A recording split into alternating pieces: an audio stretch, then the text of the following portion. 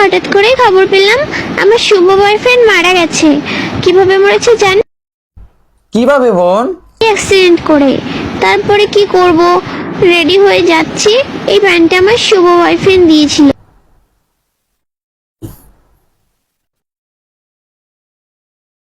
শুভ বয়ফ্রেন্ডের প্যান্ট পরে শুভ বয়ফ্রেন্ডের লাশ দেখতে যাচ্ছ? ও বাবা রে, ভালোবাসা। একটা টপ পরে নিয়েছি, তারপরে দেখি যে আমার প্যান্টের চেন আটকায়নি। প্যান্টের চেনটা আটকে নাও বনু, নাহলে শুভ বয়ফ্রেন্ডের জেগে যাবে, মানে শুভ বয়ফ্রেন্ড জেগে যাবে। তো চেনটা আটকে নিলাম। তারপরে আমি যদি কালো হয়ে যাই তারপরে তো আমার আর কোনো বয়ফ্রেন্ড থাকবে না। আরে বোন, তুমি তো এমনি কালো। তার জন্য আমি এই শার্টটা পরে নিয়েছি, কারণ আমার বয়ফ্রেন্ড এখন নেই, মারা গেছে। এখন তো আমরা আরেকটা পটাতে হবে। পটিনে মানে? তুমি তোমার শুভ বয়ফ্রেন্ডের লাশ দেখতে যাচ্ছ? লাশ? একটুখানি ক্রিম মেখে নিয়েছি।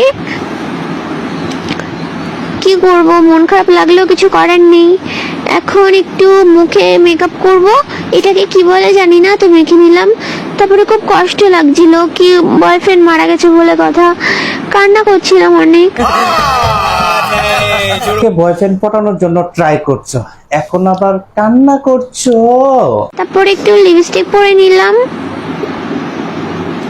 আমার ভাই শুনে বুঝতেই তো পারছো আমি অনেক কান্না। তোমার সাথে সাথে এখন আমরাও কান্না করছি। এটা পরে নিলাম।